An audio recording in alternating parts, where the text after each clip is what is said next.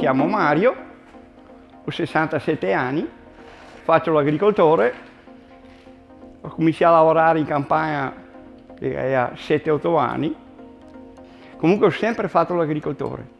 Sono l'agricoltore intanto per me fare l'agricoltore è una cosa che sega dentro. L'agricoltore va fatto se hai una passione dentro ti personalmente, se no non te lo farei mai l'agricoltore. Quel che lavora la terra quando si sveglia non pensa mia perché dorme insognandosi della terra. Il sangue deve avere la passione, la grinta quando la vuole, essere a dialogo con la gente. Se la capacità dell'azienda è 50 mio e 50 mia mujer, non è vero. Mia mujer ha l'80 e mia il 20. È come quando ti fai il pane, e tu mai fatto il pane.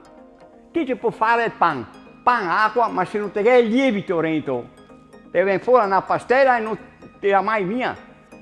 Allora nell'azienda agricola, le aziende agricole che va avanti, deve avere la donna. È una frase che mi diceva sempre mio papà, che non è più, e diceva sempre, triste la persona che sa quanti schegli tira alla sera. Perché quello non ha mai l'entusiasmo di andare avanti.